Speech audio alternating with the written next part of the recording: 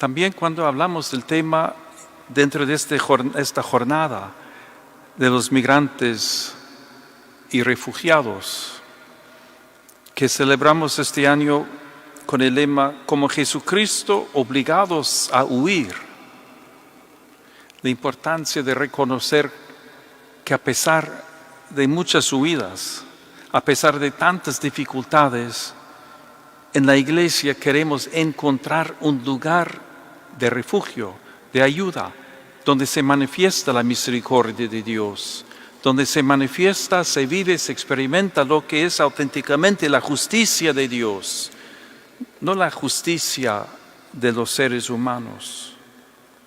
Lo hemos escuchado en la primera lectura y también hemos repetido en el Salmo responsorial. Recuerda, Señor, que tu misericordia es eterna. Cuánto necesitamos su misericordia. Podemos pensar un momento en la realidad en que vivimos en el Perú hoy con el tema de la migración. Han llegado solo desde Venezuela en los últimos años más de 800,000 migrantes venezolanos. Hoy somos el segundo país después de Estados Unidos con el mayor número de solicitudes de refugio.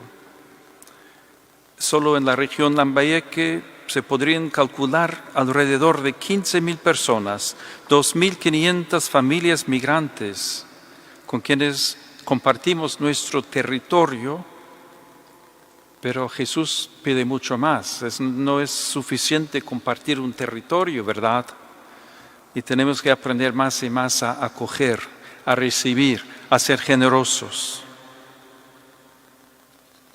El Papa para el día de hoy ha preparado un mensaje muy hermoso y quiero solo compartir algunas frases, algunos elementos de su mensaje para esta 106 Jornada Mundial del Migrante y del Refugiado.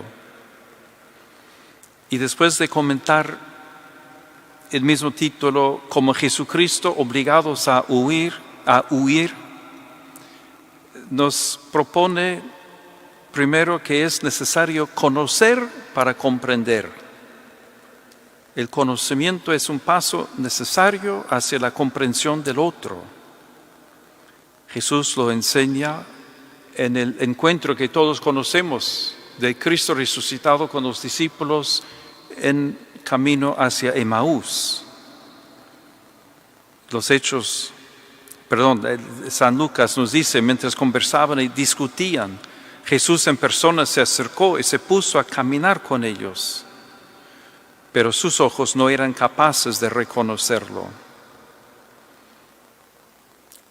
Cuando hablamos de migrantes, nos limitamos con demasiada frecuencia a números, pero no son números, son personas.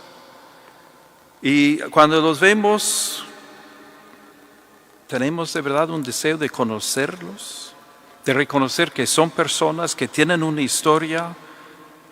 Para comprenderlos hay que conocerlos.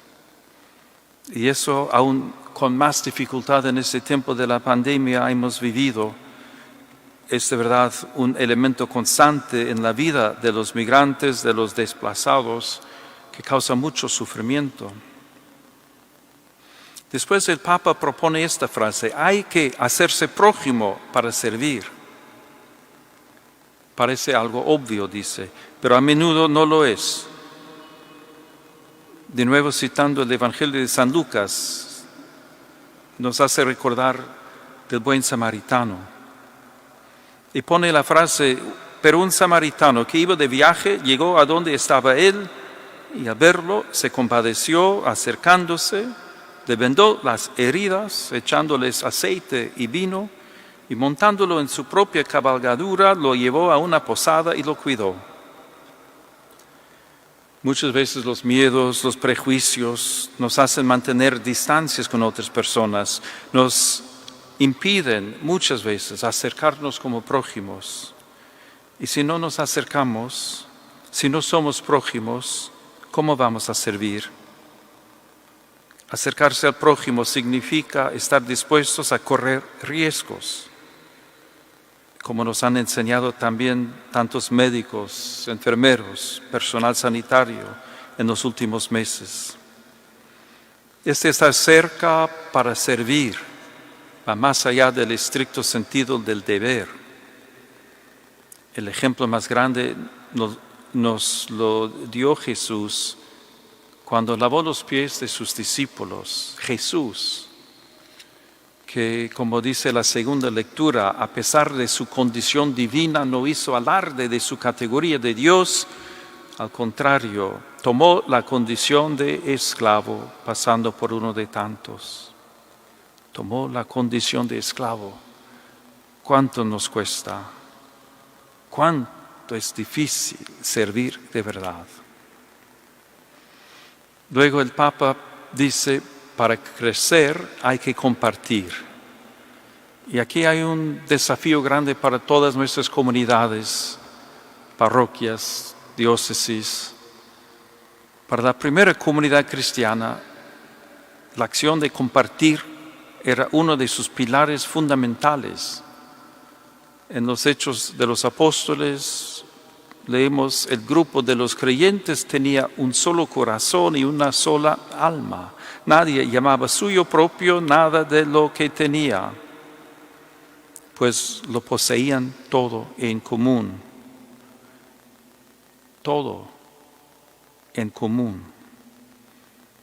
Pues Dios no quiso que los recursos de nuestro planeta beneficiaran únicamente a unos pocos. Eso no es el Señor. Sin embargo, más y más, y en muchos lugares del mundo encontramos precisamente esto, los pocos que tienen muchísimo, y la actitud que también nace en los corazones de nosotros. Muchas veces a pensar en lo mío, lo que yo pueda tener, que nos cree tanta dificultad para compartir, pero precisamente esa dificultad en compartir es un obstáculo a vivir una auténtica experiencia de comunidad.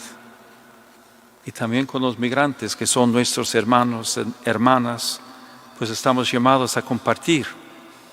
Estamos llamados a acompañarles, a acogerles, proteger, a promover una auténtica experiencia de comunidad, sin mirar nacionalidad, color de la piel, religión, tantas otras cosas que muchas veces nos separan y nos distinguen. Yo quisiera en este momento agradecer a muchísimas personas e instituciones que nos ayudan a vivir la experiencia de compartir, que ayudan a la Iglesia a dar una mano, muchas veces quizás muy poco, pero que sirve muchísimo para ayudar especialmente a las personas más necesitadas. Cáritas, la Comisión de Movilidad Humana, muchas familias, comunidades y movimientos. Hay congregaciones religiosas, la empresa privada, personas que generosamente están acompañando y compartiendo para disminuir los efectos de la pandemia, especialmente en esta población tan vulnerable de los migrantes. Pues hermanos y hermanos, como iglesia estamos respondiendo al llamado del Señor de construir una sociedad más humana y más justa, donde nadie es excluido. Pidamos al Señor que nos ayude a vivir según este ejemplo de Jesús, como la enseñanza de Jesús, con humildad, con generosidad, aprendiendo a conocernos para compartir, conocernos para crear de verdad comunidades humanas donde nadie sufra necesidad, donde todos nos sintamos hermanas y hermanos. Gracias de nuevo a los que apoyan estas iniciativas y que el Señor fortalezca, ayude a todos nosotros a ser testimonio de su amor en el mundo.